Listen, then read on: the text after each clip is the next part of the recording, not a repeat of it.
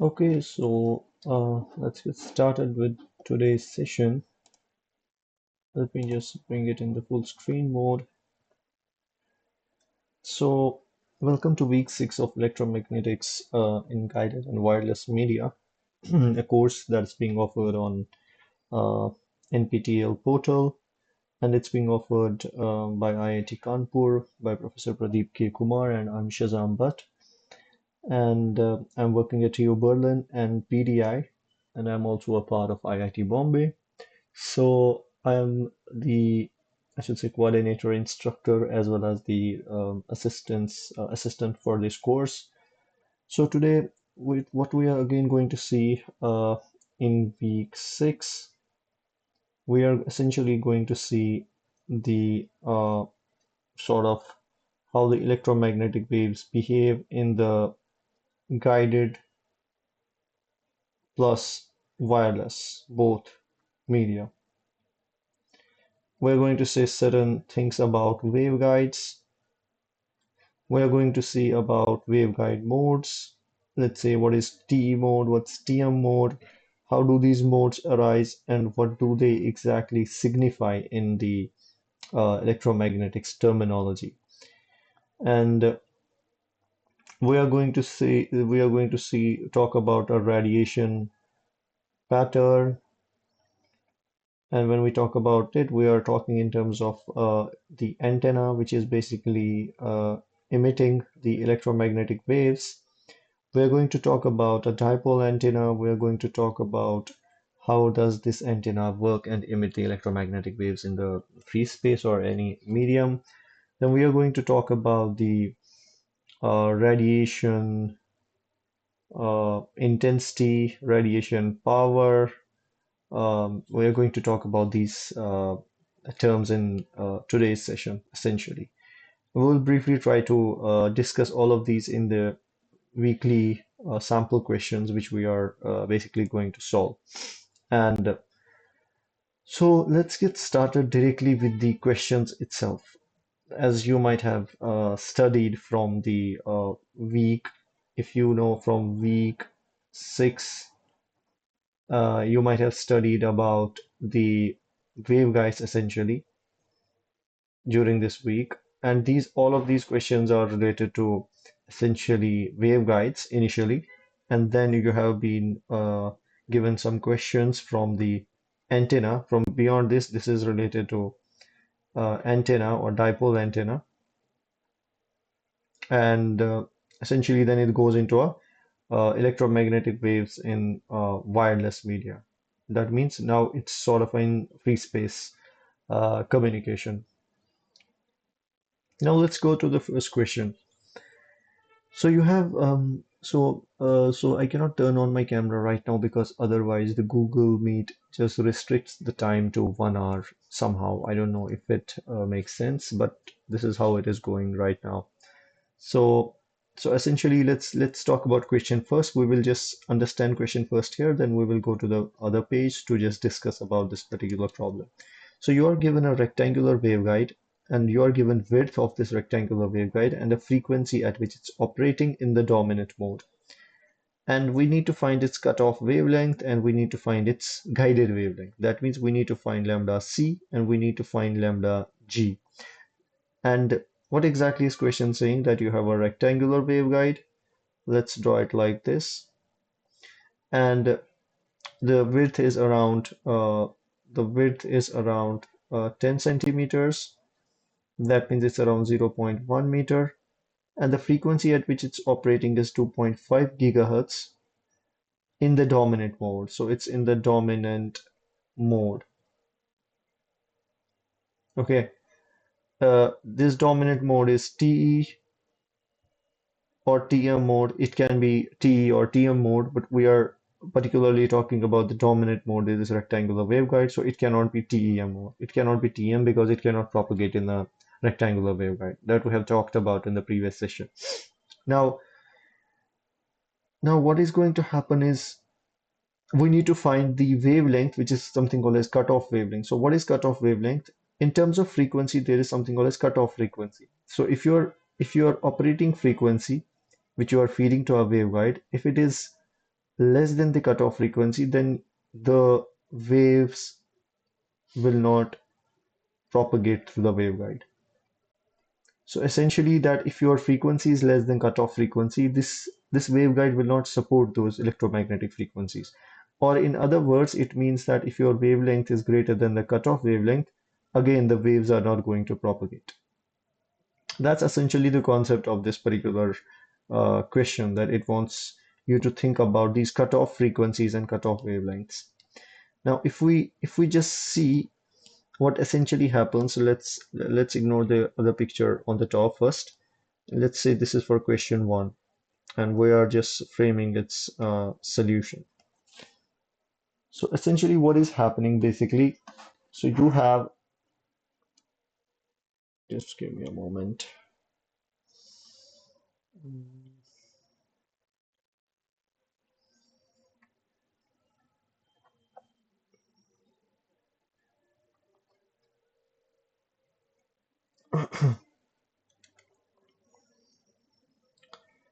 So So you have a waveguide where if the wavelength goes above the critical wavelength or a cutoff wavelength, it's not going to it's not going to be propagated through this particular medium.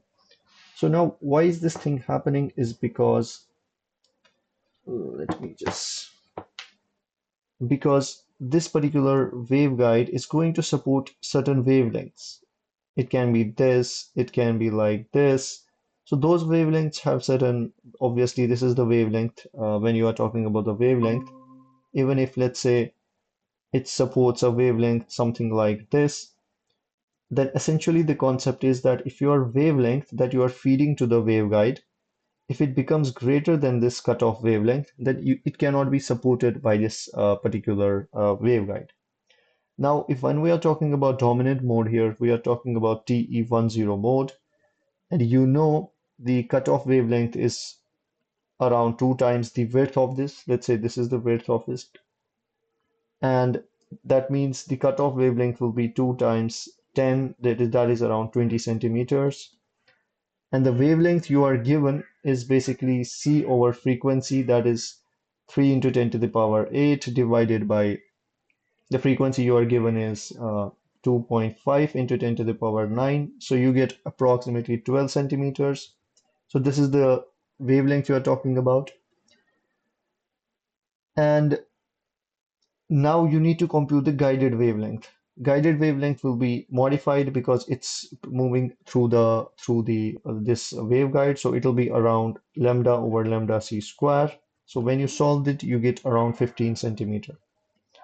So this is the essential concept is you computed three things. You computed the cutoff wavelength, you computed the free space wavelength, free space wavelength, and you computed the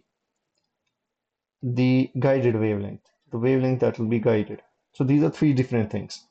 Now see what is happening. The the guided wavelength, you need to essentially compare this cutoff wavelength with the guided wavelength because it is the guided wavelength that is basically getting propagated in the waveguide. Okay, so if your guided wavelength is let's say greater than cutoff wavelength, then the wave is not going to propagate in the waveguide. And if you see from this, your guided wavelength is 15 centimeters, your cutoff wavelength is 20 centimeters. So essentially, your guided wavelength is less than this lambda c. So that means it will propagate. That means it's good to go. But the moment the guided wavelength becomes greater than cutoff wavelength, it's not going to propagate anymore. Okay, so the concept is basically if you have a waveguide that is having certain width A and you have a waveguide like this, and let's say your wavelength is something like your wavelength of the lobe is something like this. This is not TE 10, this is something like TE 11, or this is the higher mode basically. TE 10 looks something like this. Okay, something like shown in the figure here. This is the TE10 mode. So the red one is here showing basically the intensity of the electric field. So the redness, the color of it is showing basically the intensity of electric field. And if you see from the wave is going in this direction, okay, in all of these plots. And if you see actually from this end, the wave looks like this. It's sort of a Gaussian lobe, and it's sort of like this in this direction also because it's in a two-dimensional direction. It's not only moving in one dimensions. Okay, so this is TE20 that what I was showing. So it looks something like this, but it also looks something like this. It has two lobes. So this is intensity of the I should say electric field intensity, or you can call it mod of electric field square because if you square this thing, you will get something like this. Okay, so this is just E. If you square, you will get something like this essentially. And then there is T01, there is T11. Similarly, there are other modes which are basically propagating inside the waveguide. Now, what is basically happening if this wavelength, which is the guided wavelength, if it becomes greater than cutoff wavelength. What does it mean? It means that you see the cutoff wavelength is dependent on the dimensions, obviously. It means if your wavelength becomes guided wavelength becomes greater than cutoff wavelength, your wavelength will become something like this. And that means your guided wavelength will be greater than cutoff wavelength. That means it's going out of the wave now, a waveguide now. Because this region over here and this region is basically leaking from the waveguide, and hence it cannot perfectly propagate in the waveguide because the wavelength has now become much greater than the waveguide dimensions itself. Okay, so this is all about basically dimensions.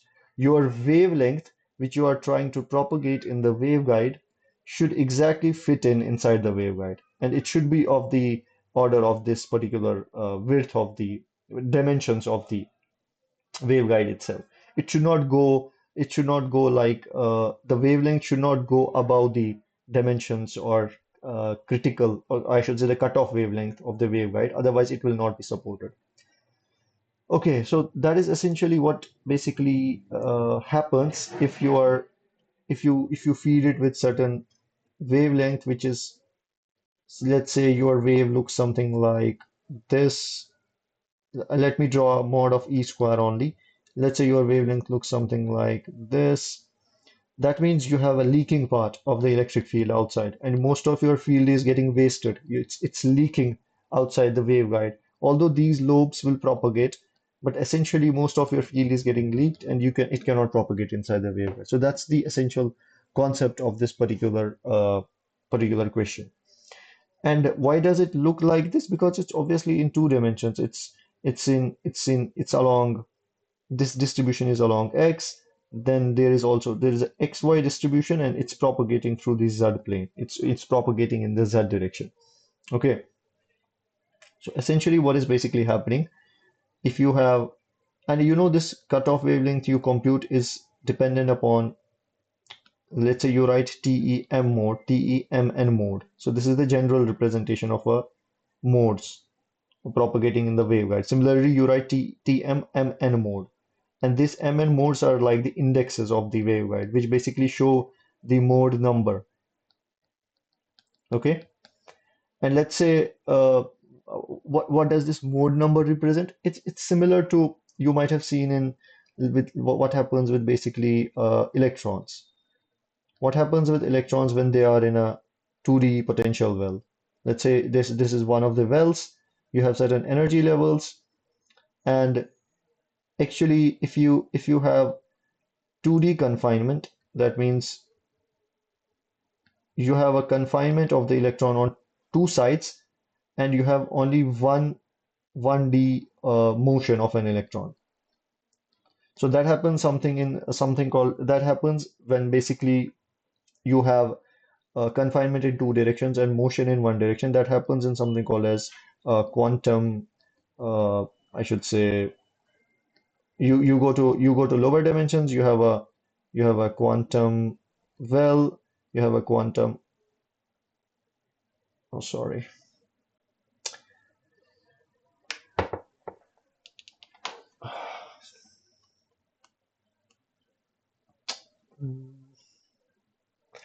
You have a quantum well. You have a quantum dot. you have a quantum wire, you have a quantum, first you have a quantum well, then you have a quantum wire, then you have a quantum dot. So this is basically 1D confinement. This is like 2D confinement. This is 3D confinement. It's almost like confined in all of the directions. Now, what happens in 2D confinement if you talk about a wire and you draw a potential well, basically when you solve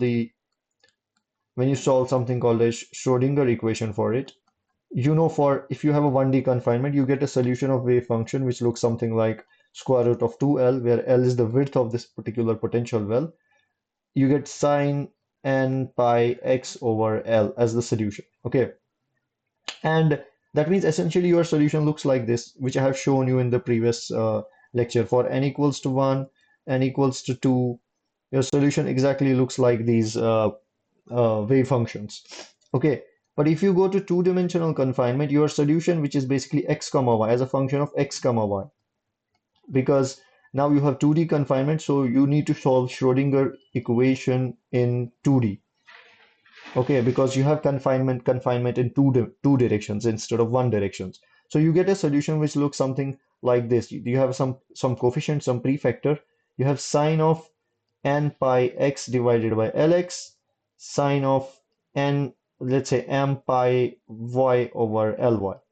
Because now you have confinement in lx direction, you have confinement in ly direction, and as a result you get index of n, you get index of m. That basically represents the I should say it's basically something like a sine of kx x sine of ky y, where this kx is basically electrons wave vector or whatever you call it, and it's n pi by lx, and ky is basically m pi by ly. Okay, and hence when you talk about even electrons in moving in, let's say, a wire, not a it's not a normal wire. It's basically something called as nanowire, which is basically having confinement in two directions, and electron can move only in one direction. So electron can move only in z direction, and along let's say this direction it's confined, along y direction it's confined. So you have only motion in z direction. And what basically happens, you have the solutions which exactly look like this. So you have the solutions of the form of sinusoidal functions which basically travel through it. And there there these mode indexes also come. They sort of related to the electrons' wave motion in these confined structures. And when you talk about these nm, whatever you call it, kx, ky, which is basically electrons wave vector, it essentially gives you the information about the something called as quantum numbers of the electron. That means it tells you where the electron exactly is.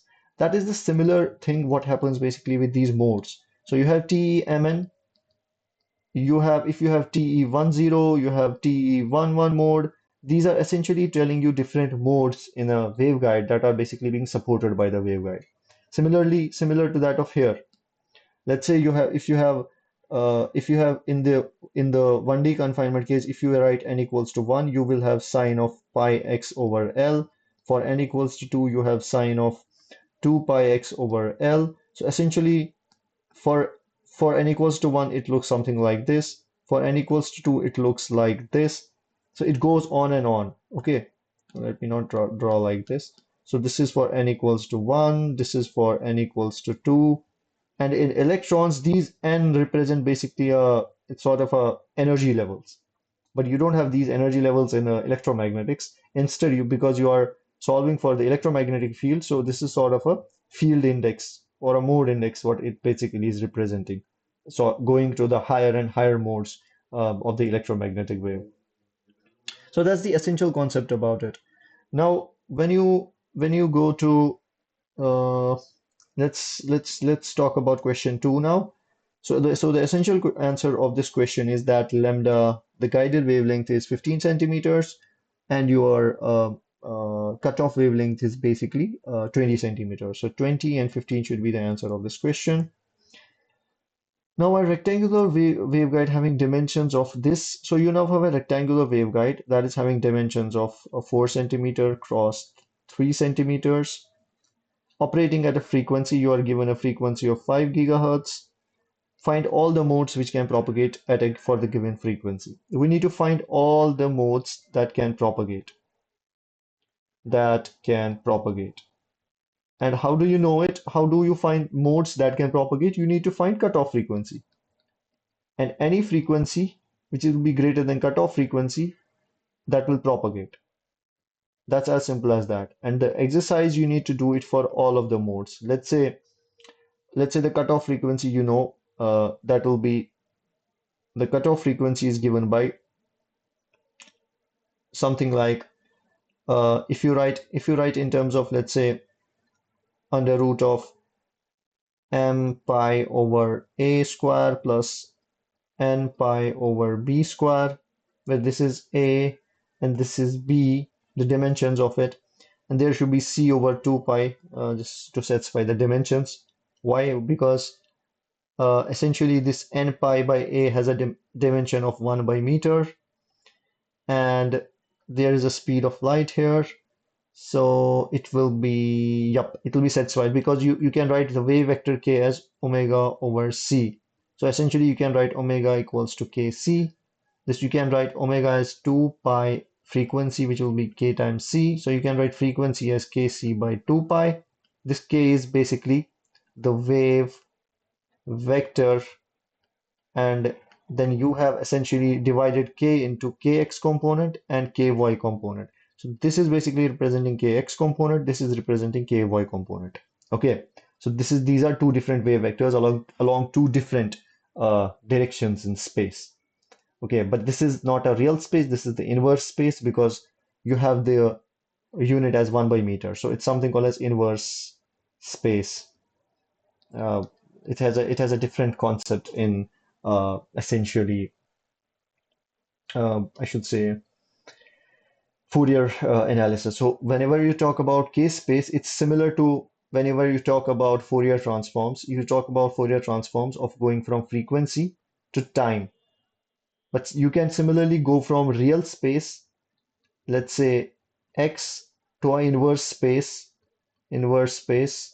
which is basically K. So there are two types of Fourier transforms. One is frequency time Fourier transform, another is real space Fourier transform to K space Fourier transform. And this has immense applications in crystallography, understanding electrons in a crystal, and again here electromagnetics in the waves, in the waveguides. So I will not go into this concept. If you are interested, you can look more into this. And now you need to compute basically this cutoff frequency, and you need to compare it with the frequency. That's as simple as you can do. And once you have this cutoff frequency, let's say you have cutoff frequency, you can use m and n values where m is basically this, n is this. So for m equals to 1, n equals to 0, you can obtain cutoff frequency as c over 2 pi. So it will be simply m pi over a. M is 1 because n is 0, it will go. So it will be c over 2 pi. Uh, pi over whatever it is 4 into 10 to the power minus 2 meters. You need to convert this into meters. So it will be 0.04 meters. And this will go. You will have c over 8 into 10 to the power minus 2. So it is 3 into 10 to the power 8 into 10 to the power 2 divided by 8. So how much is this? So it'll be 8384, 0.3 into 10 to the power 10. So it'll be around 3 gigahertz. For TE10 mode, it will be around 3 gigahertz. And your frequency is greater than the cutoff frequency.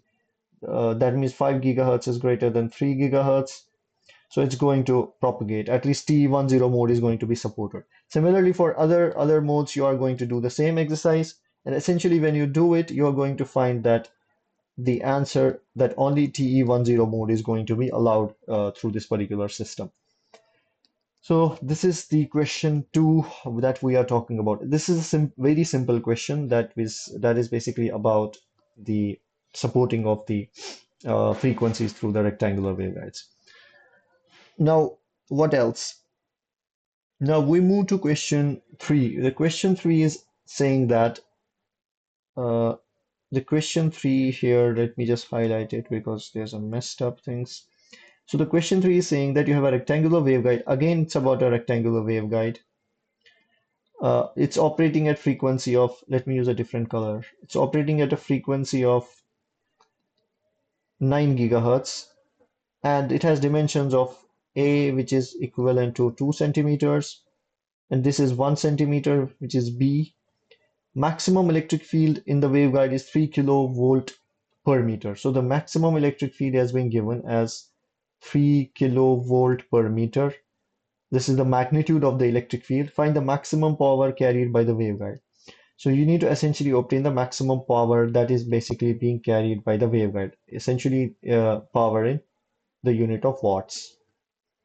So let's solve this question down here. So let's add one more page and let's paste it here. So you have question 3 and you have its solution. It's going to discuss about the solution. So you're given all the details. Okay. And again, what is said in this? Let me just go to question. Rectangular waveguide. Yes, and most of the time, whenever it's given, you have to assume TE10 mode. Most of the time, a dominant mode, which is basically being propagated in the waveguide, unless and until it won't be given in the question itself. If it's not given, just assume it's TE10 mode. If it is given some other mode, then accordingly you have to consider that particular mode. Okay, and now if you if you obtain the this information that the dominant mode essentially is, God, something. The dominant mode is TE10, then you can basically obtain the power, the maximum power for the TE10 mode as electric field square divided by 2 times the impedance for the TE mode, which is the impedance of the waveguide, times the dimensions A dot B. And where does this come from? It's simple. It's just comes from the basic maths. You know that power you can write as V square over R. So this R is basically impedance.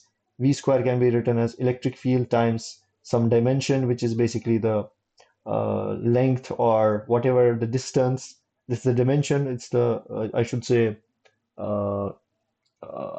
the it's the dimensions of this particular structure, and then you have a square of it. So you get E square times D square. You can just divide it into A dot B, and you get the power. And then there is a 2 factor which basically comes from the derivation when you just go back to the lectures. So this is half of this particular V square over R. Okay, and now you need to obtain. You are given everything. You just need to obtain this impedance impedance of waveguide for TE10 mode. Okay, because why this impedance? Because now the wave is not propagating in free space, it's propagating in a waveguide. And I told you every time that whenever the wave is moving in a different medium, it's going to face the impedance mismatch. It's going to face losses, or I should say reflections inside the waveguide, depending upon how much is the impedance. And when you talk about the impedance for the TE mode inside the waveguide, it will be equivalent to free space impedance divided by under root of 1 minus cutoff frequency divided by given frequency square. So this is the characteristic impedance of free space, and you know it's equivalent to 377 ohms that we have been using a lot. So you need to solve this. You get, when you solve this, you use Z0 to be equivalent to 377 ohms, and you basically obtain the cutoff frequency. How do you obtain? What do you need? You need a cutoff frequency here because this F is given. So the cutoff frequency for TE10 mode will be C over 2 pi under root of M is 1, pi over A square, and N will be 0, so it will be plus 0. So it is essentially going to be equivalent to C over 2 pi, pi square over A square. Okay, and when you solve it, you get the cutoff frequency to be 7.5 gigahertz. Just use this value of C, use A, you're going to get 7.5 gigahertz. Now you have everything. Now you can put it back into the impedance. Now you're going to solve this. You get the Z of, which is the impedance for this TE10 mode, that will come out to be equivalent to 682.01 ohms. So you see the impedance has gone up. That means for TE10 mode, the impedance faced by the wave will be more. Okay, and now you have everything. You use this ZTE back into this equation and you solve Pmax. So Pmax for TE10 mode will be essentially electric field square, which was given as how much was it? 3 kilovolt per meter square. So 3 kilovolt per meter square. A is given, B is given. I guess it's 2 centimeter and 1 centimeter. So you have 2 into 10 to the power minus 2 into 1 into 10 to the power minus 2 divided by 2 into 682.01. So you solve everything, you get the power to be around 0.66 watt. So this is the maximum power that can basically be transferred through this waveguide, depending upon this maximum electric field inside the waveguide. So the answer of this question should be 0.66 watts. Let's check the answer to be sure. And it's 0.66 watts. Okay, so now what else? And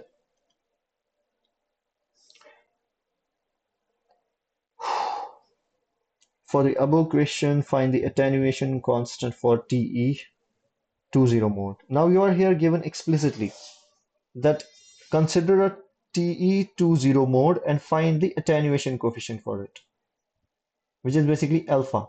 You remember you had two coefficients, alpha and beta. This was attenuation coefficient, or in other words, it's sometimes called also as absorption coefficient. This is one and the same thing.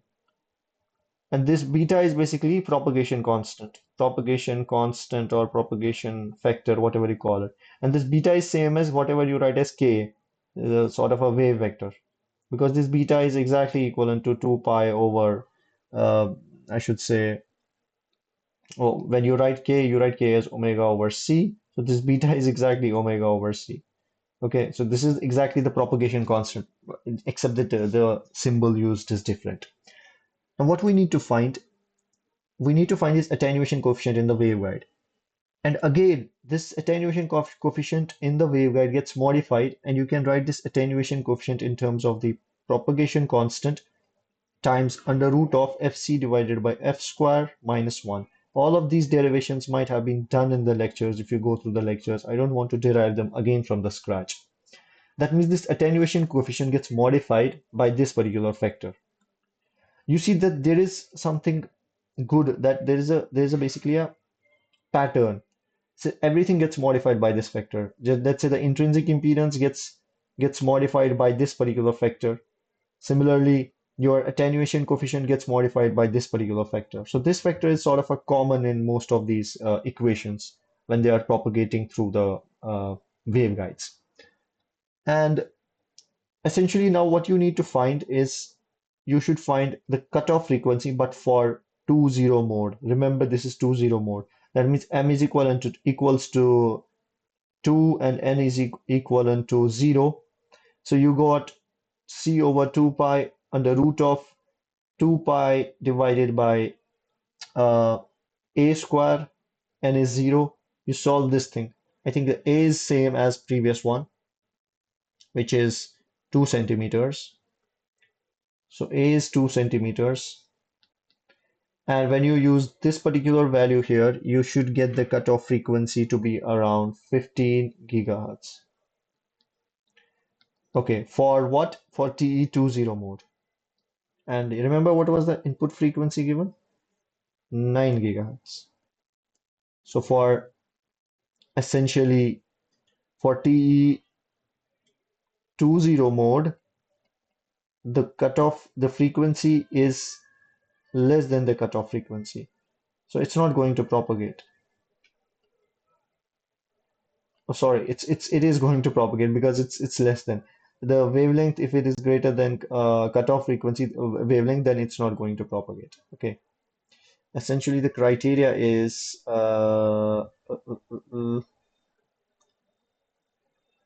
yep.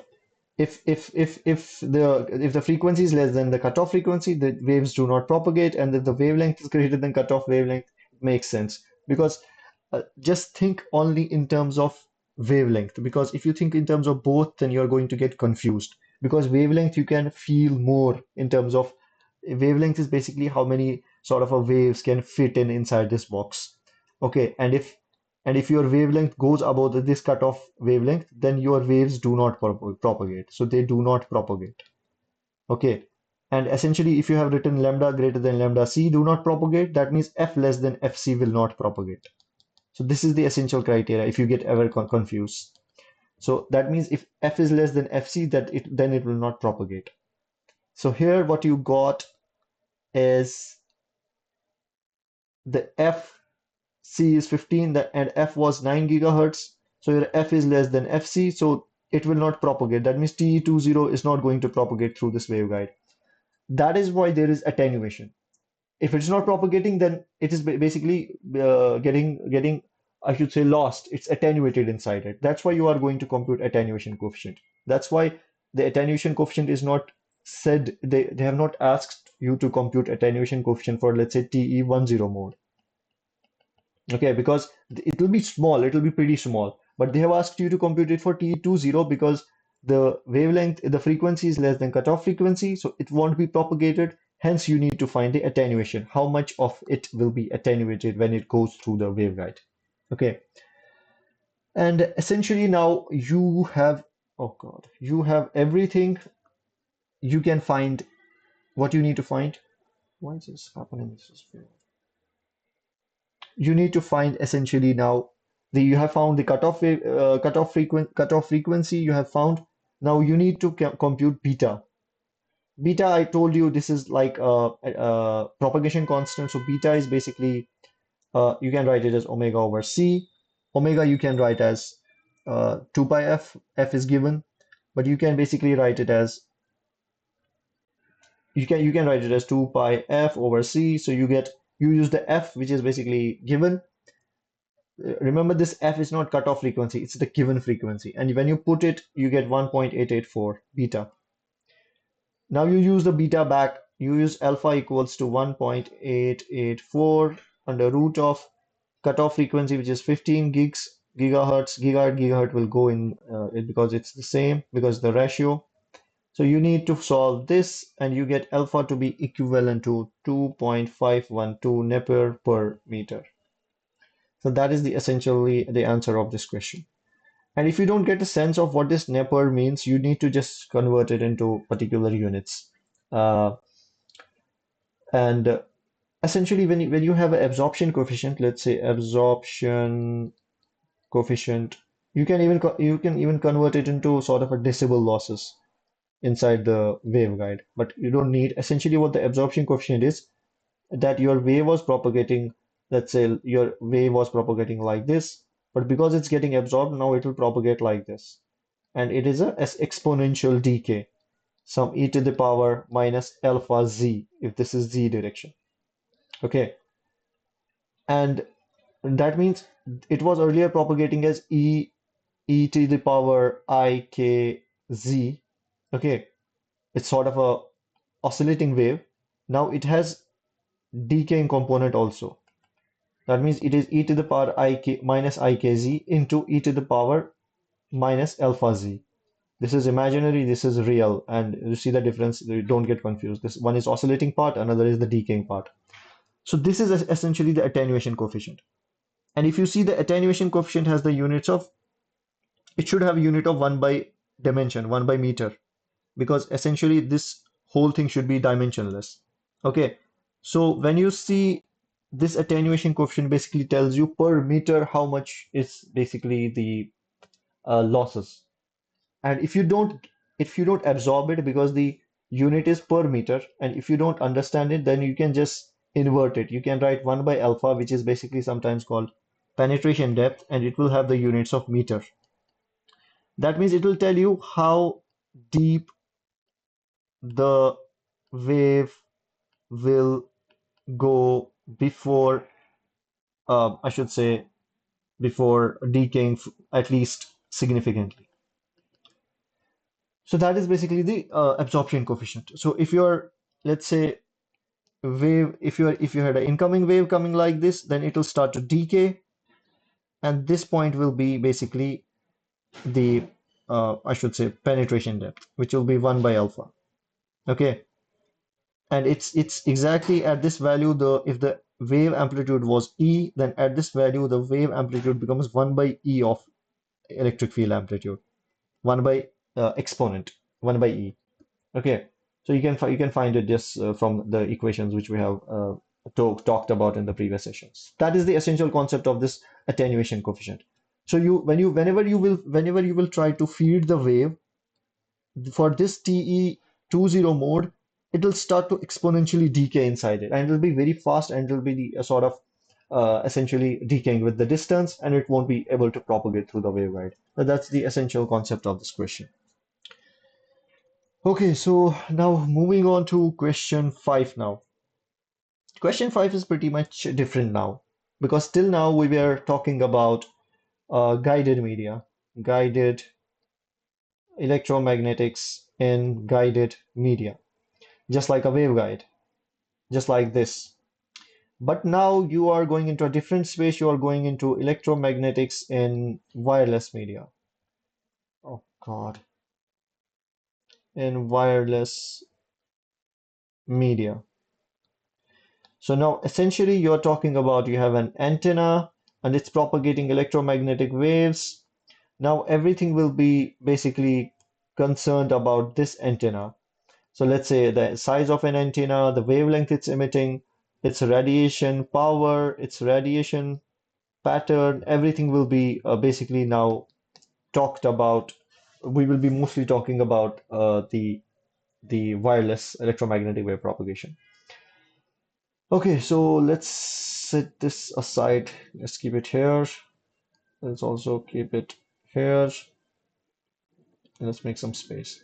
Now, what is basically said, again, this is something which you might have seen in the derivations of the lectures, in one of the lectures in this particular week 6. But I'll try to roughly summarize what might have been covered.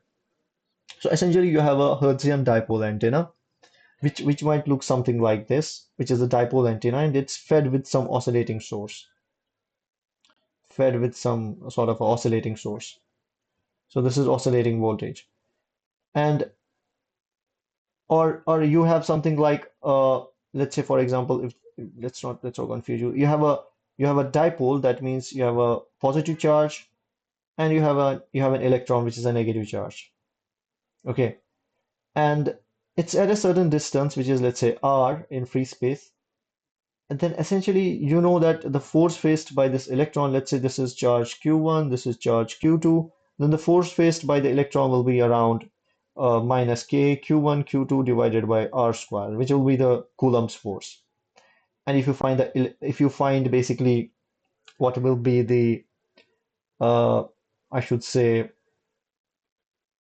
if you want to find the force, essentially you can also write force as Q times electric field. Okay, minus Q times electric field for the electron. Okay, because now you need to find the electric field, so you can find electric field as minus Fe over Q. So Fe will be minus, it will be K Q1 Q2 divided by R square into Q, which is Q electron. Let's say it is Q2. So it will be K Q1 divided by R square. So this will be the electric field essentially because there is a charge, and electric field will emanate from positive charge and it will end on a negative charge. So this will be the electric field lines. That's the essential concept. And this will be the electric field between the two dipoles. Now, what is going to happen is, if you take it like this, copy, let's create a page here, or let's create a page here. So if you try to, this is question 5. So if you try to now analyze this electric field, so essentially what is going to happen? you are going to basically move this charge and keep the positive charge as stationary. So whenever you are giving basically the field, external field, which is basically an oscillating field, you are essentially moving this electron back and forth. So the electron was here, it will be sloshing, it will be moving back and forth, it will reach here, then it will come back here, then it will come back at this position, then again this motion will start, then it will sort of be back and forth accelerating in through this particular in a sort of a loop-like fashion. And essentially what is happening, let's say this I draw the electric field variation, and what is basically happening whenever you are giving these oscillating fields. So your electron was at, let's say, position 1. So at position 1, because the R is more, so electric field will be less. Let's say the electric field is minimum, it is somewhere here at position 1, and the electron now reaches here at position 2. The R is reduced. That means the electric field has gone to maximum value because the R is minimum. So this is a minimum distance. And now the electron reaches here at position 3. Again, R reduces. Again, electric field reduces. It won't be zero, it will be a very small value.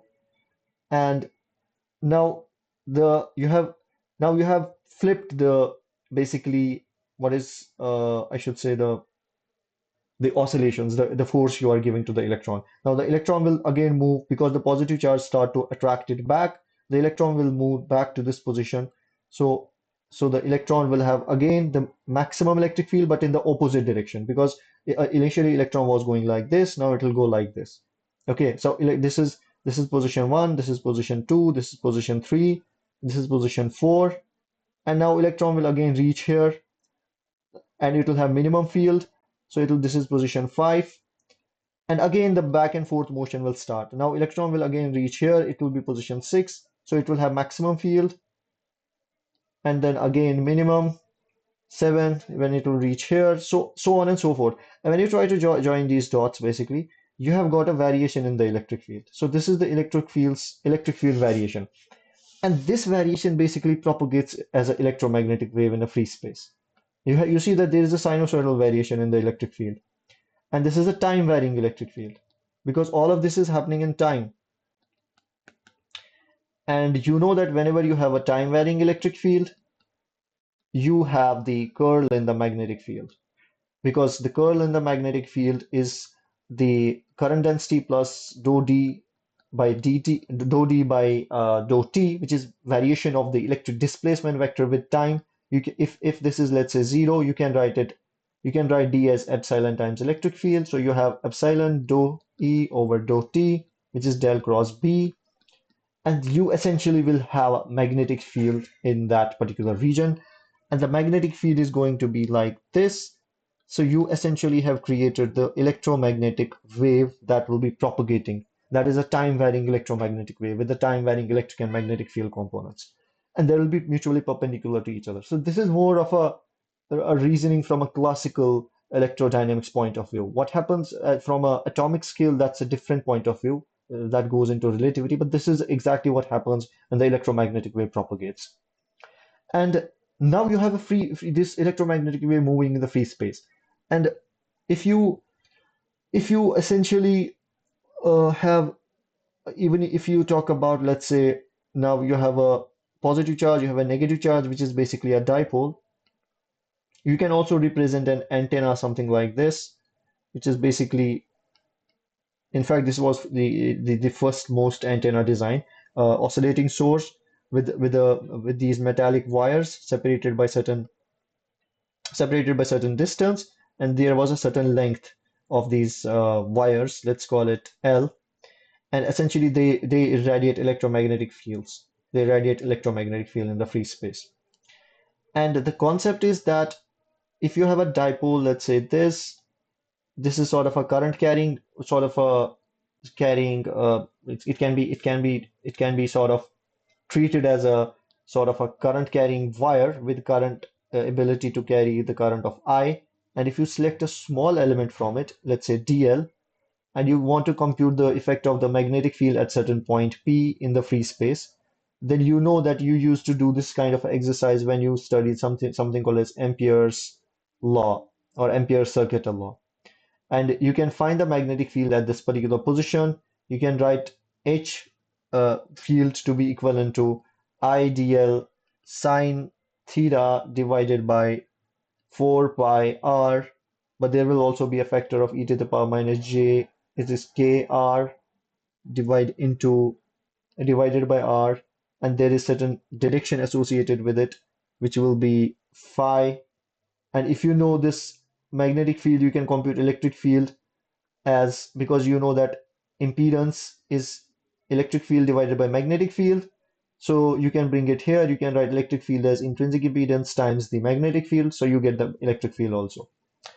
This is the simple class high school physics you might have talked about.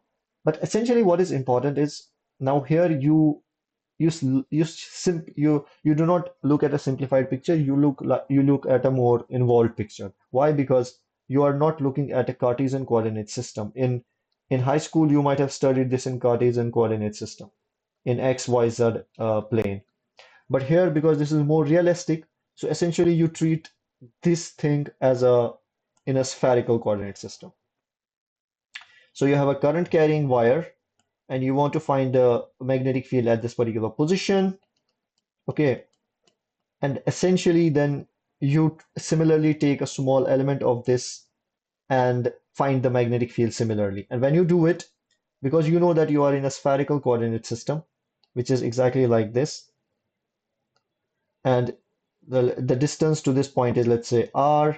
The angle with which it is making is theta. So it's not exactly from this. Let me draw it to the point. So essentially it's something like this. So there will be a point. So its distance will be r, and the angle will be theta, and its projection on the sphere at some point will be phi. So you have basically the r, theta, and phi as a coordinate system.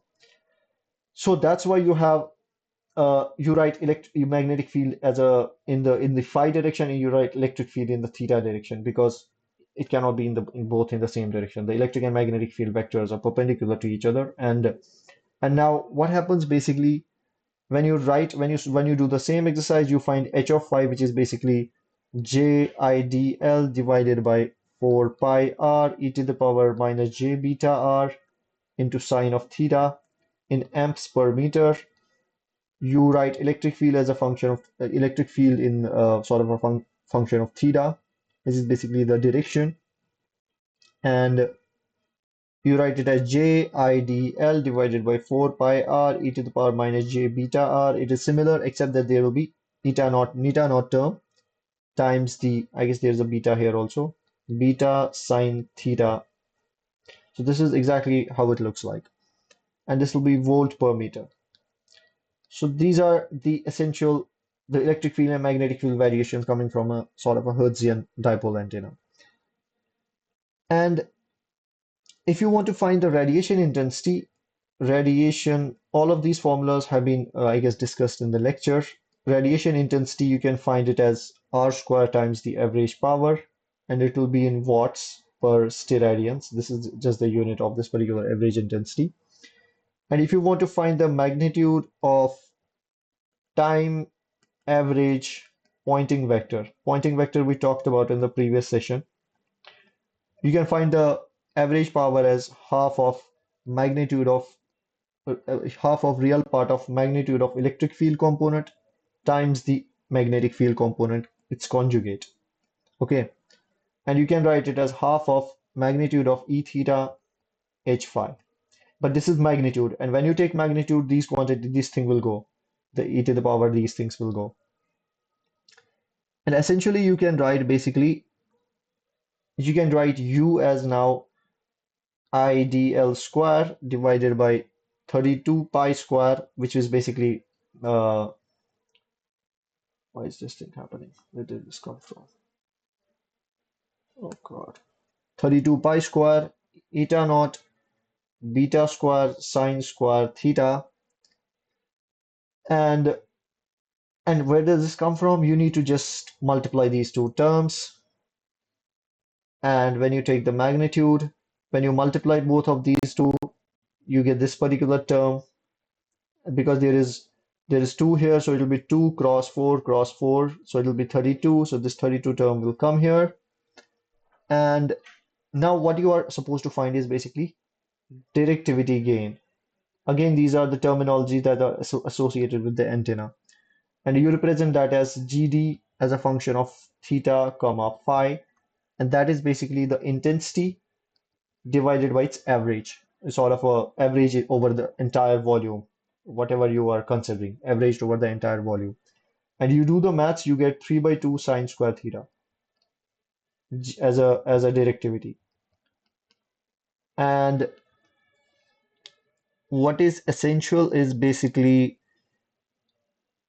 the directivity. Directivity is what else we needed to find.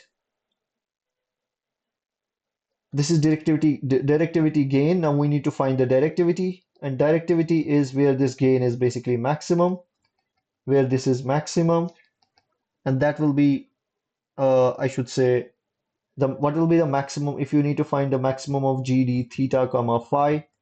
It will be 3 by 2 because the maximum of sine square theta is 1. I mean, sine cannot have a maximum value of 1. So it will be the maximum will be 1.5. So you can convert it into basically log scale. You can write the directivity D as 10 log to the base 10 of 1.5. This is in decibels, and you get around 1.76 decibels. So this is the directivity, and this is the I should say directivity gain of this particular directive gain of this particular antenna. So what essentially do these numbers signify? I'm more interested in the numbers rather, because you see that this is where is this? Yeah. So essentially what is basically happening? So this directivity is basically a function of theta. Okay. That means if you are if your let's say theta is 0 degree, your GD will be equivalent to 0. Okay. And if your theta is, let's say, pi by 2, your GD will be equivalent to maximum, which will be 3 by 2. And now what we need to find is basically what does this mean? It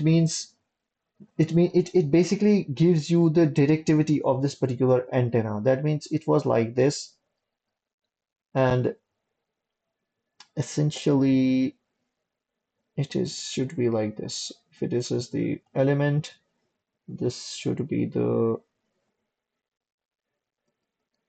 this is R, and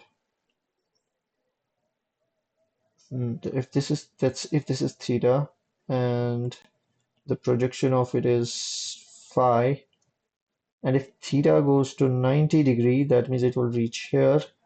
So the directivity will be maximum at this particular point. Yep. So that is essentially the concept. So the concept is, let me just take a page. So these particular numbers basically this tells you the directivity, the direction overall in which the field is basically propagating. And you see at if you have theta equivalent to if equivalent to 0 degree, it drops to 0. But if you have 90 degree, it goes to maximum. And again, then it basically goes to 0 and then goes to maximum. So you basically have, if you have this dipole, so you have two lobes.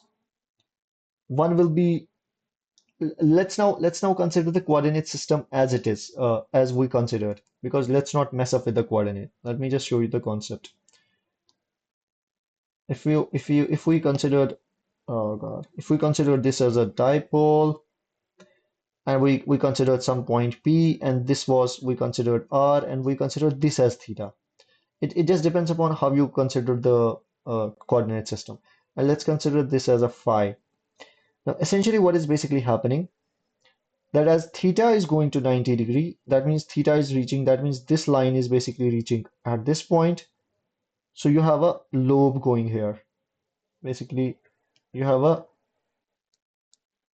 lobe like this, which is maximum. Because for theta equals to pi by 2, the GD is maximum.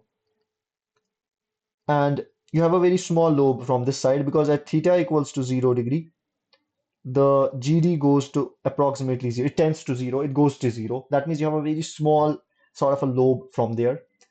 Again, at GD equals to if you have 90, if you have minus 90, that is the same thing, but it will go in the opposite direction. So it will have a maximum lobe, but in the opposite direction.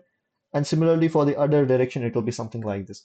So essentially, that is basically the radiation pattern of this antenna. Okay, so that is how the field will emerge. Now, if you just use a different coordinate system, the lobes might look like this. So what these lobes are but essentially showing that most of the field is basically going in this direction. And these lobes, this is something called as radiation pattern of an antenna. Okay, and it means that whenever the field is coming out of this particular dipole, the most of the field you will see is directed through towards these directions in the spherical coordinate system.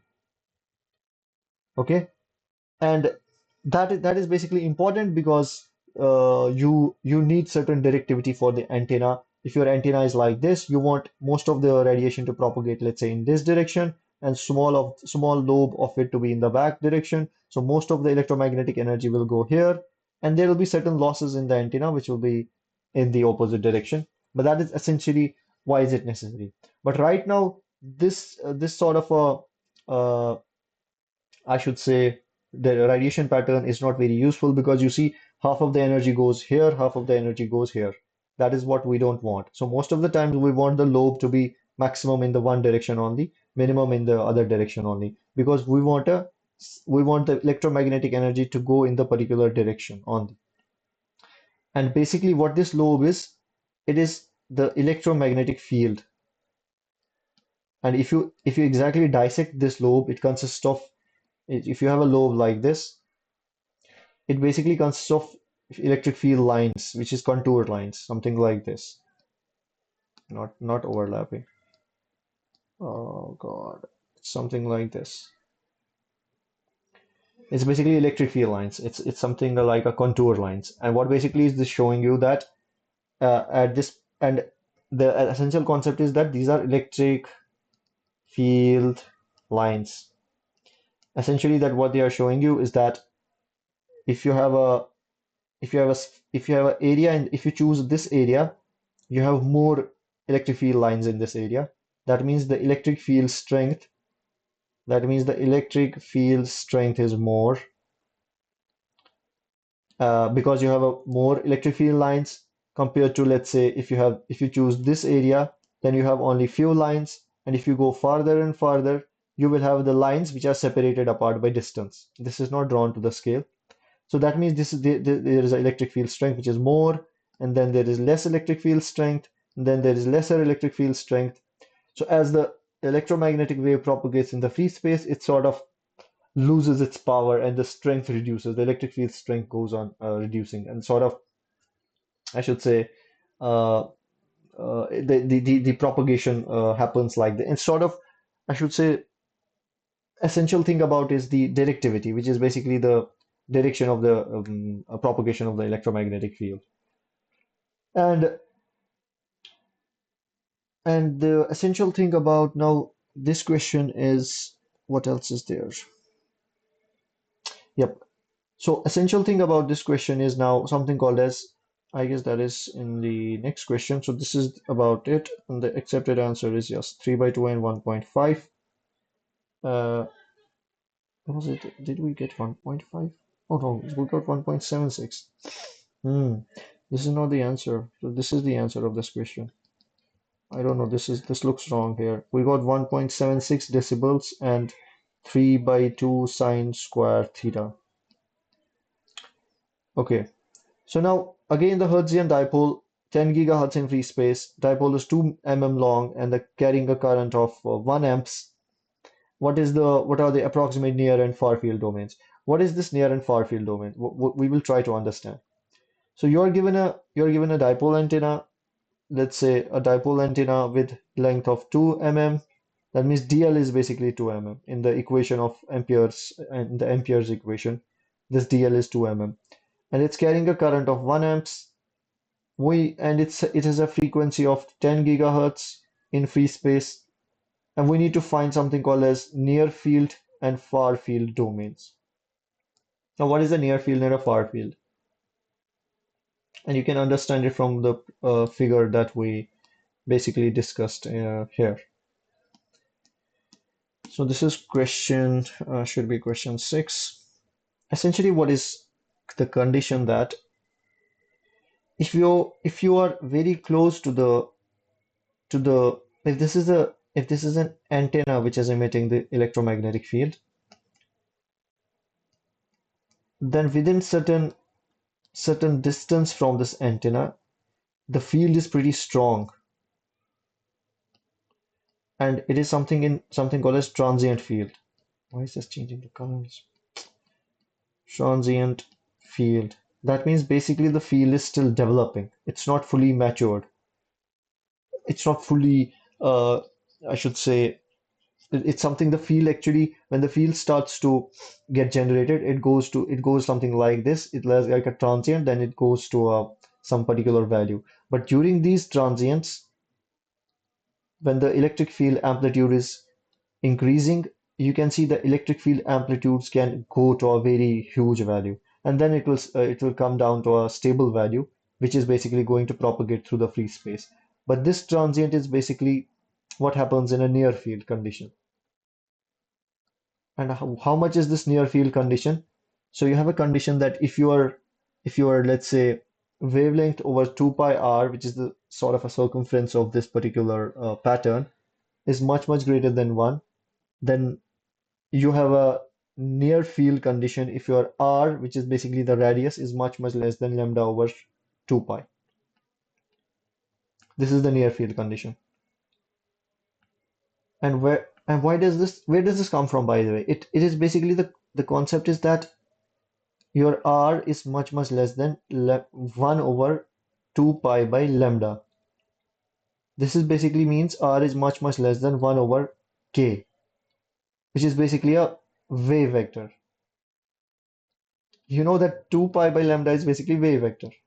Okay, so but this is a it's a I should say uh, that means you are what is basically happening is that you are the ring, whatever the ring is forming, the radius of this particular lobe, it should be much less than the or in other words, if you don't understand in terms of a wave vector, let's not confuse you right now. You can understand that it should be less than the wavelength of this uh, if it is less than the wavelength, if that particular ring is less than the wavelength of your electromagnetic wave, then you are in the near field. And if it is much greater than the wavelength divided by 2 pi, then you are in the far field condition. And if we check at the numbers, let's say you have uh, you have given frequency of 10 gigahertz, you can find lambda, you get some lambda, and if you find lambda, how much will it be? Lambda will be 3 into 10 to the power 8, 10 into 10 to the power 9, 0.3 into 10 to the power minus 1. It is exactly 0.03 meters. That means 3 centimeters. So the lambda is 3 centimeter.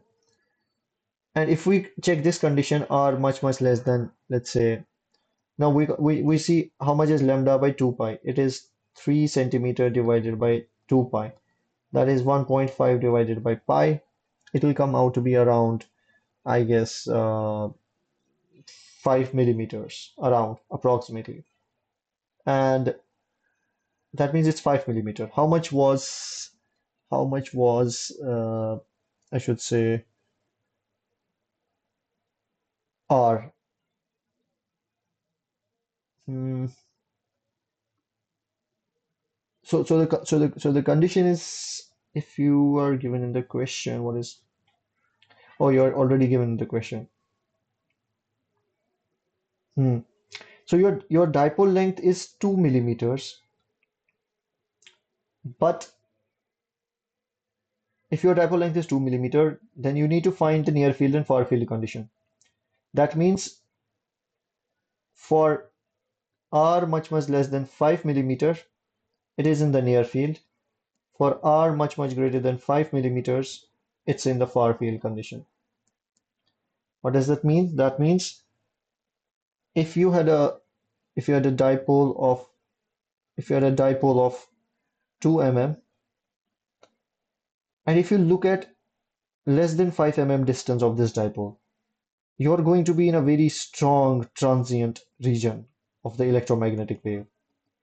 And the power levels are here huge because they are not fully matured. They are still have to stabilize. And that's why, I mean, this region will be sort of a red zone for the electromagnetic wave. After that, the power levels stabilize and they start to propagate into free space. But in this region, this is something called as a near field region. Okay. And essentially, it depends upon the wavelength you are trying to use. Okay. So now, if you know this near field region, you can basically compute it for anything. Let's say you have a base station, which is basically a mobile tower somewhere. And if you know the frequency it is emitting, and if you, let's say, know the length of or the overall area that this antenna is basically capturing, the mobile tower is sending some frequencies. Let's say at if it's a 3G tower, it will be around 2.5 gigahertz. Probably it will be 2.5 gigahertz. You compute the corresponding wavelength, which is around let's consider 3 gigahertz for simplicity. Then the wavelength will be 3 into 10 to the power 8 divided by 3 into 10 to the power 9. So it will be around 10 to the power minus 1 meter, 0.1 meters. That will be 10 centimeter. So the wavelength is 10 centimeter. That means at a 10 centimeter distance, at r equals to, I should say, 10 centimeter from this antenna, this field is huge. Okay, so so essentially what people say, what has been observed in the research, that none of the living objects should come in the vicinity of this near field zone of the tower, because this is really extremely dangerous. But as you go to the far field zone, it becomes safer. But essentially, the concept is that most of the living organisms should not at least come within this near field zone of any of the antenna, at least. So this is sort of a people what they are still researching on. How does this near field affect the biological organisms or the cells of a living organism? Because essentially you have a mobile phone and you are speaking it with the mobile phone, and mobile phone is also emitting 2.4 gigahertz radiation. And if you find the near field zone for the mobile phone is then essentially same as that of this, which will be around 10 centimeters. 10 centimeters. Oh God, what's happening? Let me just disconnect the charger. So the near field zone will be 10 centimeters. So that means if your mobile phone is at a distance of 10 centimeter, pretty much the field is going to be high. And essentially, field is high. But I'm not creating sort of a mass, sort of a psychosis here in the lectures. What I'm basically saying that as per the equations, what they say is that this electric field is still in a developing phase, and it is a very huge value, which is kind of getting stabilized when it propagates in the free space. And at this near field zone, your fields are very high, so you should be. That's why most of the people, when they do research in the impact of these wireless electromagnetic waves on the biological media, they mostly give a condition that you should not keep the phone too close to your ear or whatever you are listening to, because the fields are in a very highly developing stage, and they are super energetic. But it's not a big thing to be actually it's not a big concern, because the power levels are small at a mobile phone level, because whenever we try to emit a electromagnetic wave from, let's say, a mobile phone antenna, we try to keep the power as low as possible. Ideally, we try to keep the power as zero, but you know that if it is zero power, then it cannot propagate. So ideally, it is very small, and the near field, if the near field is I mean, it's 10 centimeters is pretty much the distance at which we keep the mobile phone. I think we keep it less than 10 centimeters with respect to our brain or ear. But essentially the power levels are small. But then there are certain other factors which basically come into consideration, and that's essentially because people are not still understanding clearly, or they do understand, but they don't want to just sort of create a mass chaos among the population, and they just keep it going. But this doesn't have a significant impact. Essentially, if you have a microwave oven in your home, if you have a microwave oven which is emitting microwaves, and it also emits microwaves at 2.4 gigahertz, and this is the same frequency as mobile phone frequency. But the microwave cooks your food, but your mobile phone frequency doesn't cook your food. The reason is because the power levels here are huge. The power levels are huge inside the microwave. And that is why it is essential to control these power levels in the radio handset or a mobile phone. And we try to make them as small as possible. Otherwise, it's going to cook us, just like a microwave does, because at the end they are the same electromagnetic waves, same properties, same characteristics coming out of a similar source, but except the power level is different. Here the power levels is in it's huge. It's in of the order of it can go in watts even. But in mobile phone, it's in around milliwatts or it can be microwatts, depending upon what sort of an antenna it's used and for what purpose it's basically used. So this is the essential concept of why people should not fear too much and create sort of a chaos, but we are still learning about it, to be honest. And now that means if we remove this, the near field is less than 5 mm, far field is greater than 5 mm. This is about Hertzian dipole antenna. Now question 7. Let's go to the question 7. Probably what we need to find. From the above question, find the magnetic field intensity at 0.1 mm and 100 meter from the dipole on the center plane. Yeah, this sort of looks good. From the center plane of the dipole, that is theta equals to 90 degree. And okay, that means you have a this was theta, then it goes to here 90 degrees. That means essentially this slope, which is basically the center plane of the dipole. Okay, as per the dimensions, as per the coordinate system we used. And essentially it's simple because what we need to find is let's find it for let's find it for r equals to I should say not directly find it. Let's we know that the magnetic field intensity basically if you consider both near field plus far field regions you have essentially two terms in the equation. You can write magnetic field as some direction which is basically phi cap, it's sort of a unit vector direction, I naught dl divided by 4 pi, and you have beta square e to the power minus j beta r, and you have a term which is j beta r plus 1 over j beta r square. So where does this equation come from? It comes when you consider both near field and far field.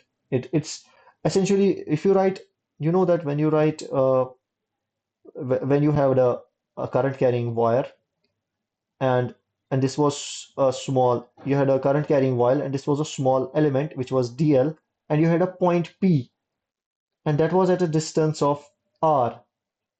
If you remember from high school physics, while computing using the Ampere's law, you used to make an approximation, and the approximation was that the distance r is much greater than you used to ideally consider this point at infinity. Why? Because you used to consider the far field conditions. You didn't care that if this point was very close to this wire, what is going to happen? Because at this point it will be near field conditions. And you only used to solve in high school for the far field conditions, considering this point to be very far away from the from this particular current carrying wire. But essentially, when you consider both near field and far field conditions, you get an equation which is dependent on 1 by r and dependent on 1 by r square. And both of these take basically uh, so if it is a far field condition, let's say if this is a far field condition, just like you studied in your high school physics, then the equation will again boil down to the equation that you studied, which will be phi naught I dl divided by 4 pi e to the power. It will be beta square e to the power j beta r minus divided by into 1 by j beta r. And for the far field, basically, 1 by r square will be small term. So it is basically ignored. This will be ignored for far field. So you have only like this term. Beta beta will go. It will boil down to the same equation that you studied in your high schools, the Ampere circuit law. Beta e to the power minus j beta r divided by, I should say, divided by r. There is also j, but that j will come up. That will be exactly here when you can just multiply j and divide by j. So this is exactly for far field, that what you have studied.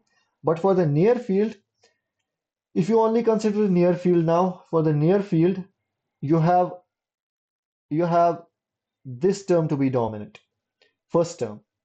So for the near field, that means H in a near field, you have essentially phi cap I dl beta square e to the power minus j beta r divided by 4 pi, and the first term will be dominant 1 by j beta r.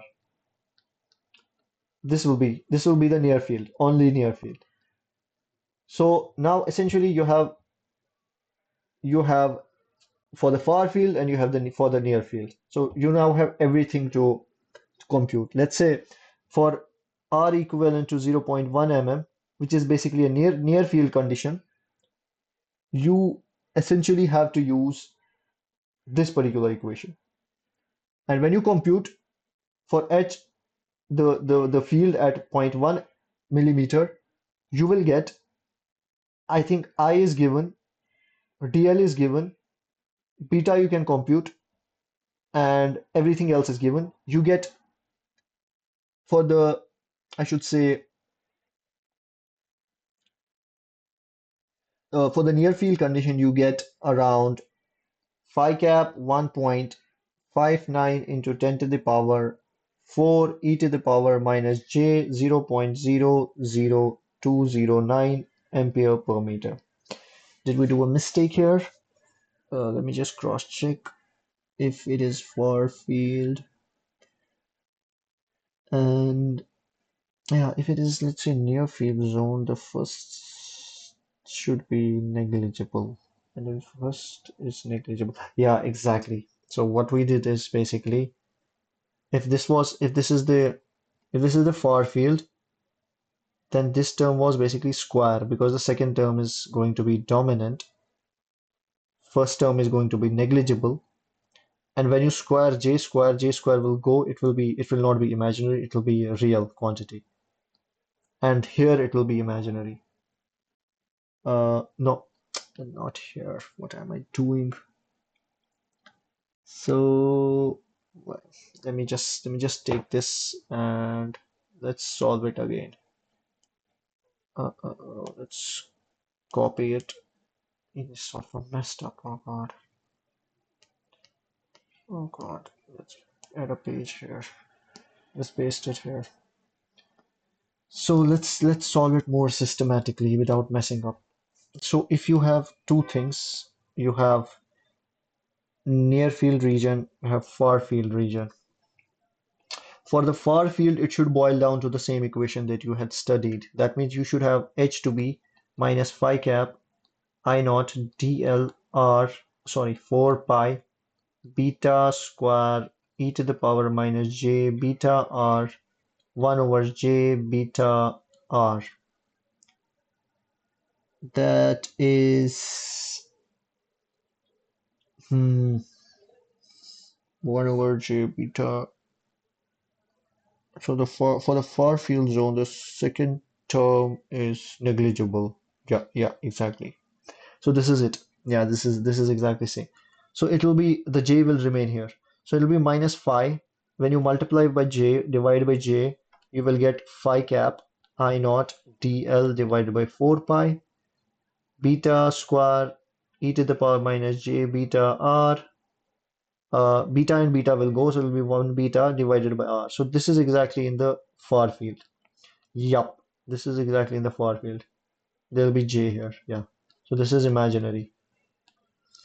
Correct. So now in the near field, H in the near field, only I should say this term will be there and this term will not be there. So it will be exactly minus phi naught phi cap I naught dl divided by 4 pi beta square e to the power minus j beta r. It will be 1 over j beta r square. And when you square the j, it will become real. So it will be uh, j square is minus 1 basically. So minus and minus will go. It will be I naught dl 4 pi beta square will go e to the power minus j beta r divided by r square. So this is the field in the near field condition, the magnetic field component in the near field condition. Now you have everything. You have I naught is equivalent to 1 amps, dl is equivalent to 2 mm. I don't know if I remember correctly. Yeah, this is same. Yeah. So if the dl was 2 mm and theta was equivalent to 90 degree. And what else? You need to just use the value you get for the near field. You get the value to be phi cap 1.59 into 10 to the power 4 e to the power minus j 0.0209 amps per meter here. That means this is for R equivalent to 0.1 mm. You have to use R as 0.1 mm here. This. And for R equals to 100 millimeters, you will get for far field, it will be imaginary phi cap J, which is imaginary constant 3.33 into 10 to the power minus 4 e to the power minus j 2.01 into 10 to the power minus 4 amps per, this is 10 to the power 4 amps per meter. This is not minus here, this is 10 to the power 4, 2.04 into 10 to the power 4. So now you got the solution. The more interesting thing is what solution is telling us. You see that in near field condition, this amplitude, and in far field condition, this amplitude of the magnetic field component. In the near field component, the H near field, only the magnitude, is 10 to the power 4 times, rather, I should say 10 to the power 8 times stronger than H far field, which is, if it doesn't disturb you, then you have not understood basically electromagnetics, because that means it says that if you look at very close to the dipole antenna when it was radiating like this, if you look at around zero point 0.1 mm of the distance from the antenna, the the field is 10 to the power 8 times, it's almost like 100 million times stronger than the field at, let's say, at maybe 100 mm. That is essentially what basically the solution is saying. That means your field is 10 to the power 8 times stronger here compared to at this particular position, which is a huge number, to be honest. And this is only magnetic field. If you know the magnetic field, you can essentially compute the electric field as a intrinsic impedance times the magnetic field. And essentially you will also get electric field to be huge at this particular point when it's in a near field condition. That's why I was just sort of trying to explain the impact of a near field radiation zone on I should say, living organisms, biological things, which people are still studying, but they are sort of looking forward to essentially minimize the impact on the biological things because of these near field, high field conditions. And that's what basically these numbers are saying.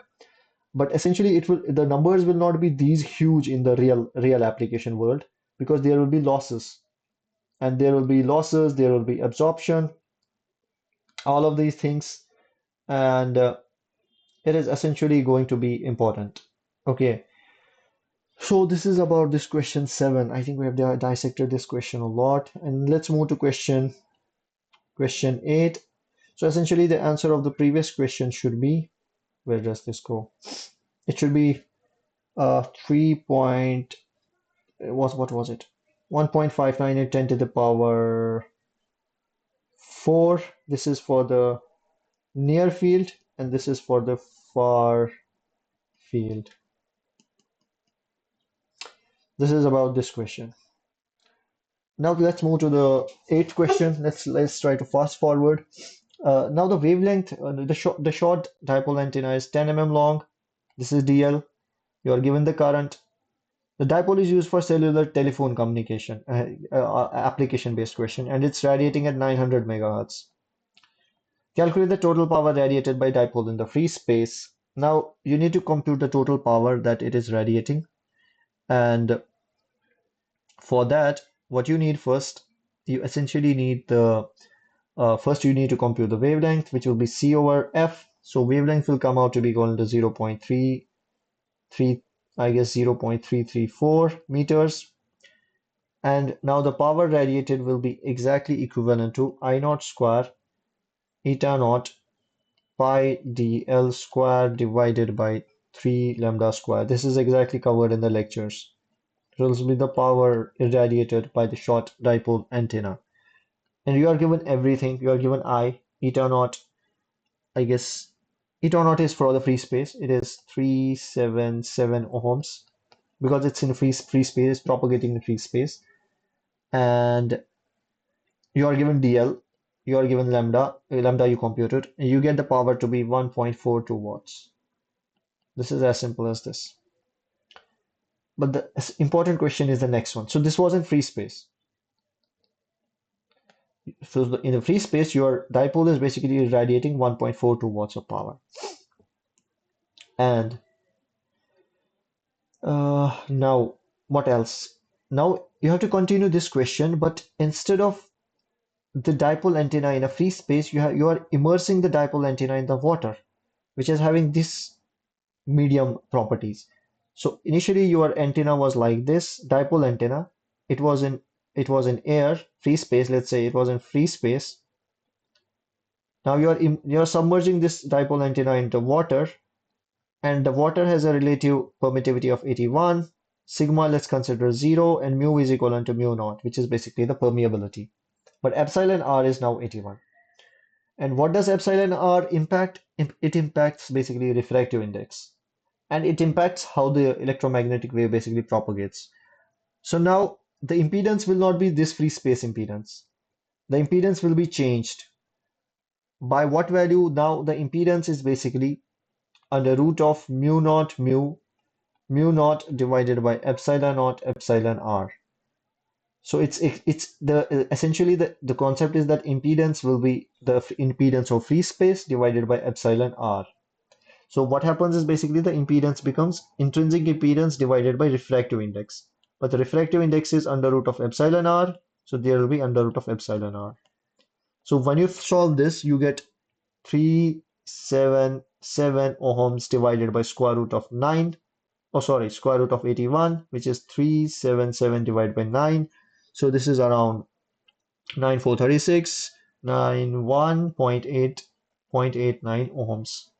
So this is the impedance faced by the electromagnetic wave in the water now, which is, I should say, what the initial intrinsic impedance was 377, but now this impedance, which is basically the intrinsic impedance of the wave, it's not the impedance faced by the wave while moving through the water. It's not that. It is the impedance which basically the wave is facing at the dipole point.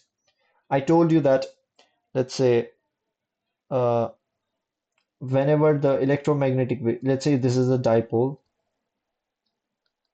or this is an antenna, it has certain impedance and it has a surrounding space which has certain impedance. Let's say this is Z1, this is Z2. What basically happens is that most of the time we try to match these impedances so that the electromagnetic wave should come out and it should freely flow into the medium. And if Z1 is not equivalent to Z2, which happens most of the time, then there will be essentially reflections and the maximum power will not be transferred. So you won't have maximum power transfer. Remember the maximum power transfer you study in the network analysis? That is based on basically impedance mismatch. And so essentially, when you don't have Z1 equal to Z2, how you transfer maximum power? You increase the power level. You increase the power level. So that will propagate more of the energy now into this medium. Even though there will be losses, there will be reflections, but there will be you are sort of pumping more power, and essentially you are getting it move into the space, this particular medium. So now what is basically happening here? This impedance is getting reduced. Okay, now your wavelength is essentially going to be also changed because it's now in water. So it will be the initial wavelength divided by under root of epsilon r. Again, that is a refractive index. What was the initial wavelength? It was, we computed 0.334. So it'll be 0.334 divided by 9. So it will come out to be roughly 0.037 meters. That is obviously because the wavelength is now reduced. Okay. Now what? Now, when you compute this radiated power, because now the sort of the antenna has to put more effort in sort of pumping in more power so that it can propagate through water. This is happening at this antenna level. Right now, we are not talking about the losses happening in the water. So antenna has to put more power to match the basically the power outsourcing capability as compared to that of the free space. Here it pumped out it radiated power of 1.42 watts and it was easily propagating because of the impedances. Now here what will happen? How much power will it radiate? That is the question that is going to be that we need to solve. When you solve, you get the P radiated because now you have to solve the same equation, except that I naught is similar. The impedance has changed. You're gonna use this impedance value, which is 41.81. Pi is same, DL is same, 3 and oh god, 3 lambda square. Lambda is also changed. So essentially this changed. And when you see lambda reduced, eta reduced, but lambda reduced is more significant. So power radiated essentially goes up. So power radiated comes out to be, when you solve it, you get 12.82 watts. So it has to pump out more power in this water to match the same requirement because the impedance is different. So once the power radiated has gone up. Now the power radiated is 12.82 watts. So essentially, if you compute the power radiated in free space divided by the power radiated in let's say water, it is going to be, well, how much was it earlier? It was 1.42 watts. In water, it's 12.82 watts. So if you compute the ratio, it will come out to be equivalent to around approximately 1 by 9. That means the power radiated in water is 9 times power radiated in free space. This is the exact thing. Okay. And And why did we find the ratio? Because that's the next question. We need to find the ratio between no, but this is the radiation resistance which we need to compute. That's a different thing altogether. But we this is just the ratio of the power.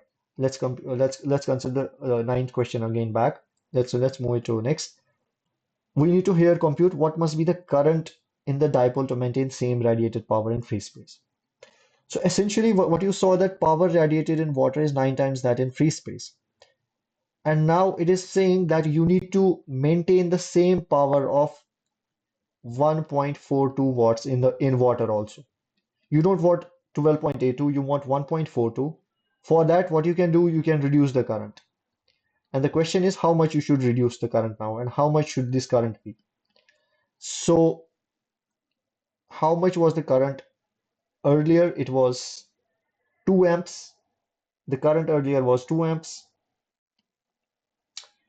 And if the power radiated in water is 9 times the power radiated in free space, and you know the power is proportional to I square.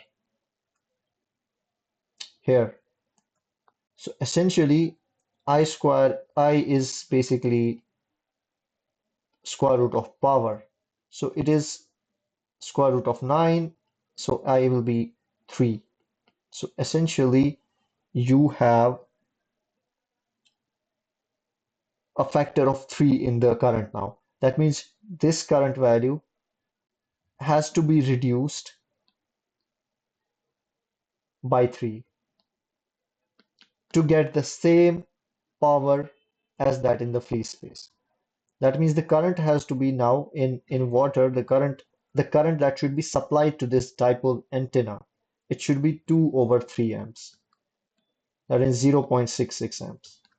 To get the same power, which is around 1.42 watts in water. So the essential answer will be this thing. And now the next question, which is question 10, it is saying that how much will be the radiation resistance in air? And now this is a different thing. Earlier, whatever we were computing, that was at the antenna level. Now we are moving into the medium. We are moving into the water. Now the electromagnetic wave has started to come out from the antenna. Now it will face the medium. What is going to now happen to this electromagnetic wave? That will be dependent on the properties of this medium. And what will be the radiation resistance, or what will be the resistance faced by this electromagnetic wave in the water? Okay, so what you compute is, I should say,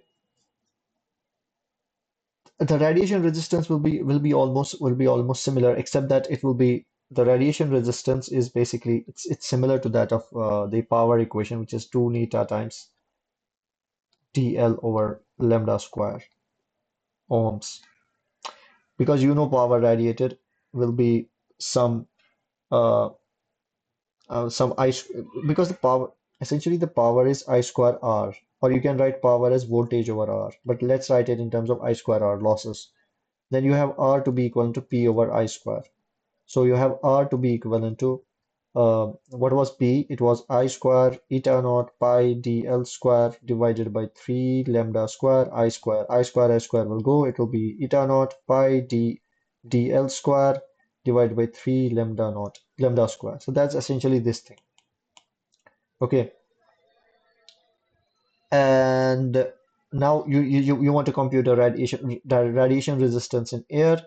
You put the values, you get 0.708 ohm, but put the right values. Use the lambda for air and use the eta for air. And also compute it for water. Use the lambda for water, use the eta for water. You get it to be equivalent to 6.372 ohms. That means the the radiation resistance in water is around 9 times the radiation resistance in air. That is the point. Essentially, what is the point is that if you had the antenna in air and you had the same antenna in water, here if you had a current of 2 amps and you had the same current of 2 amps in water, the it had it was supposed to radiate, it was radiating, or it had to radiate power at 12 watts. What was the value? What did we compute? How much we got? 12.82. It was at 12.82 watts, but here it radiated at 1 point, what is this? 1.42 watts. So it had to radiate more in water because of impedance mismatch. But once it radiated in air, it has started to move now in the air. And now the radiation resistance will come into picture. The radiation resistance here is less. Now, again, it was coming out, but now the radiation resistance in water is more. That means instead of coming like this, it's going to come like this. It's going to decay fast. Because the resistance is more, so there will be attenuation. Radiation resistance means there will be attenuation.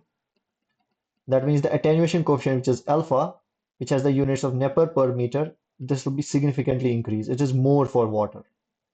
Why? Because epsilon r is, I mean, it all comes because of permittivities and permeabilities. Okay. So the attenuation coefficient will be more, and as such, your e to the power minus alpha z is going to be, I mean, the decay of this wave in the water, and as a result, that is basically the fundamental issue that your electromagnetic wave cannot propagate inside the water. So if you move with your cell phone inside the water, and if you have a signal coming from a tower that hits the water, it just decays and it doesn't reach your mobile phone, and that's why you don't get any network when you are under ocean or under any when you are submerged basically. Now it will also depend how much is basically the attenuation coefficient, because if you place your mobile phone here and some of the and the wave is still attenuating exponentially, then it can basically catch the signal. But if your mobile phone is here and the wave was attenuating and it is completely decayed at this point, then you are not going to get any signal inside the water. That is the essential concept of what is basically happening in this particular scenario. That is why if you have a from the defense point of view, if you have a submarine which is basically at certain depth, it's almost at a huge depth of around 1 kilometers or maybe 2 kilometers, maybe 1 kilometer or 1,000 meters or 2,000 meters below the surface. It's not exactly able to communicate with the outside using the electromagnetic waves. It cannot communicate. It cannot. That's the reason, because electromagnetic waves damp when they hit the water. They attenuate. And that's why you might have seen that if it wants to communicate, the submarine just comes to the surface and takes out its antenna, and then it starts to send the data to the satellites, to the service centers, to the data centers, and then its submarine sinks back and goes back into stealth mode, and it is safe. But there is right now no way of detecting this submarine with the electromagnetic waves. Not at all. Because they damp, because of what you saw here, the electromagnetic waves damp. But the essential thing, what people are right now looking, which is a hot problem, and that is what I was also working on, to be honest, in one of the projects in I guess that was in Stanford, so at Stanford University in California, what people are basically looking at. So the concept is that if you have an electromagnetic wave coming and you have a submarine here, and because you know the electromagnetic wave will decay fast inside the medium. Okay, so there will be attenuation of electromagnetic wave,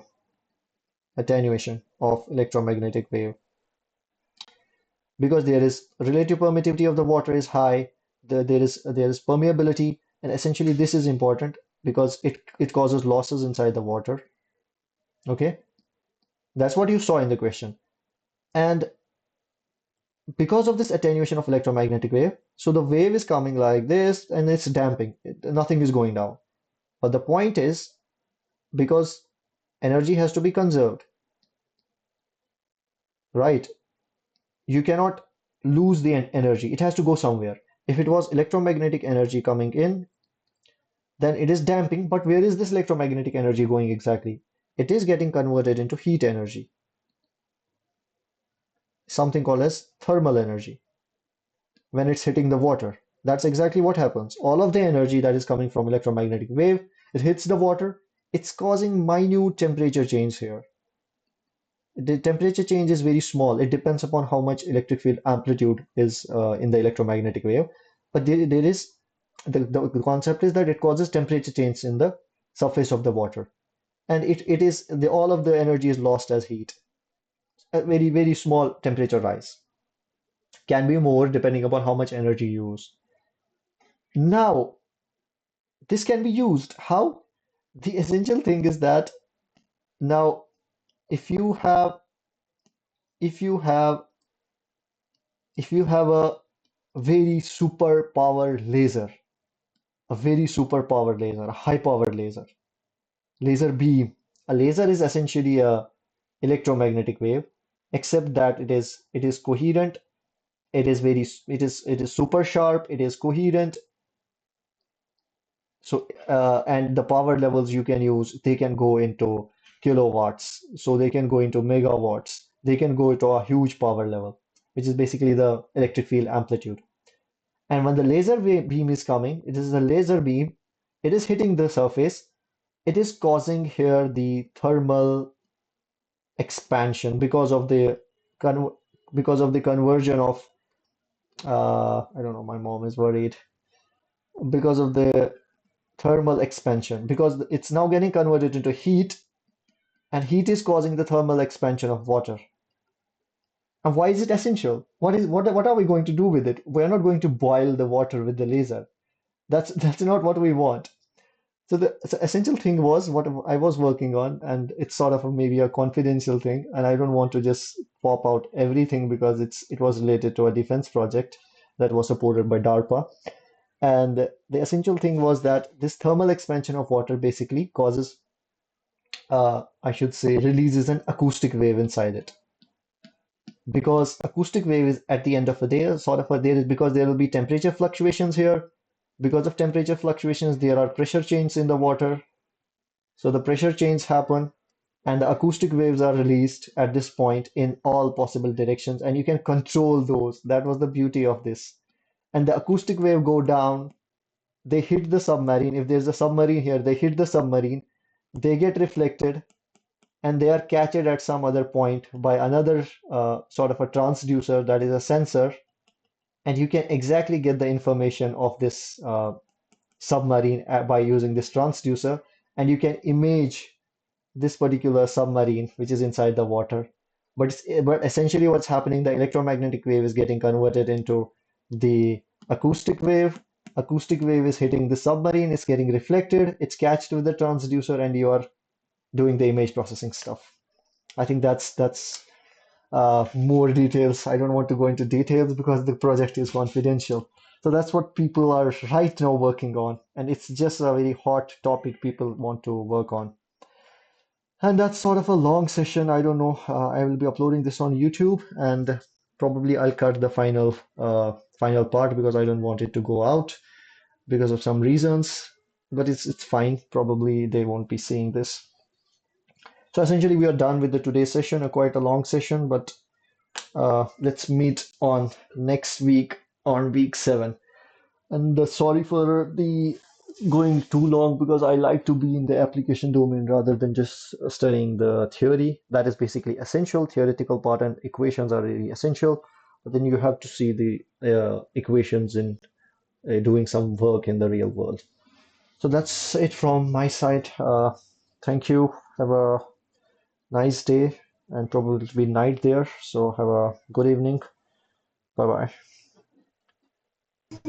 Thank you. Thank you.